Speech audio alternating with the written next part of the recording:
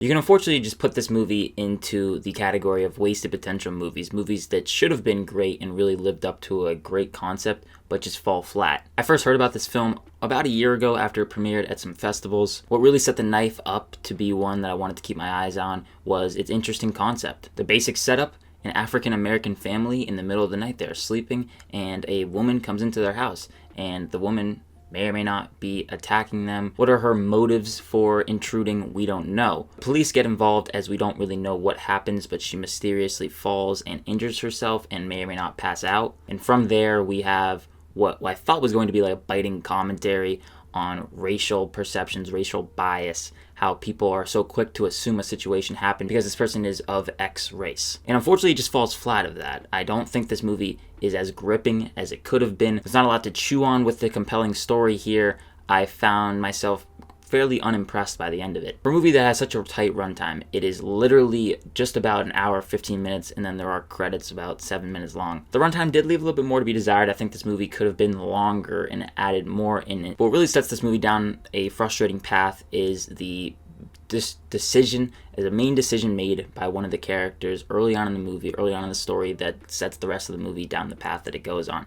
And it is just a frustratingly dumb decision. It's a decision that basically sets the story in motion, but it is so frustrating. It's like, why would you do this? And from there, the movie couldn't really be saved. I was just continuously sighing, shaking my head, and frustrated. This movie is co-written by Nnamdi Asomugha. I hope I'm pronouncing that right. He co-wrote it with Mark Duplass, a well-known actor. Not only that, Nnamdi directed the movie, he co-produced it, and he is the star of the movie. When you look at that as a whole, this is someone really to be just applauded. That's really hard work when you look at the grand scheme of things. Producing, directing, writing, starring in your movie, that's insane. And I think it's a very competently made project. While I do have issues with it, and I don't think that it lives up to its potential, I think that you have to commend him for the work that he put into it. The performances are good. It's a competently made movie, but really it just could have used more fleshing out in the writing. I think that it's just surface level stuff, and for a story that shouldn't be surface level, this should be